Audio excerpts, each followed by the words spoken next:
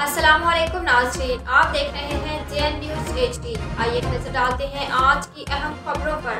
खिपरू से bureau chief Hasan हंगोरू की report के मुताबिक खिपरू पाकिस्तान तहरीक इंसाफ रहनुमाओं की हंगामी प्रेस कॉन्फ्रेंस। शहर में आए रोज चोरियों की वारदातों पर तफ्तीश का इजहार। आईजी सिंध डीआईजी नवाब शाह फौरी तौर पर नोटिस लेकर खिपरू में अमन अमान बहाल कराएं। हाजी असलम जट। तफसील के मुताबिक खिपरू शहर में आए रोज चोरियों की वारदातों में इजाफा के सबब पाकिस्तान तहरीक इंसाफ डिविजनल नवाब शाह के नायब सदर हाजी असलम जट, डिस्ट्रिक्ट सांगड़ के नायब सदर इमाम बख्श गज्जू ने गौसिया पेट्रोलियम सर्विस खिपरू पर हंगामी प्रेस कॉन्फ्रेंस करते हुए कहा कि एक तो आवाम महंगाई की चक्की में पिस रही है, दूसरा खिपरू में आए रोज चोरी की वारदातों में इजाफा हो रहा है। कोई ऐसी रात नहीं जिसमें किसी का शटर न टूटा हो, किसी दुकान के ताले टूटे हों, शहर के मेन चौकों से मोटरसाइकिल चोरी ना हुई हो।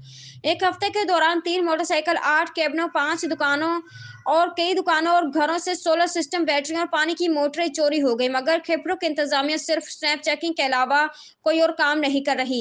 यह हल्का पाकिस्तान पीपल्स पार्टी के मरकजी इंफॉर्मेशन सेक्रेटरी और वफाकी वजीर बेनजीर इनकम सपोर्ट शाजिया तामरी का है और पाकिस्तान पीपल्स पार्टी जिले सदर अली हसन हंगोर जो भी इसी शहर से ताल्लुक रखते हैं, मगर उनमें से कोई भी शहरी और ताजरों के लिए आवाज बुलंद नहीं कर रहे।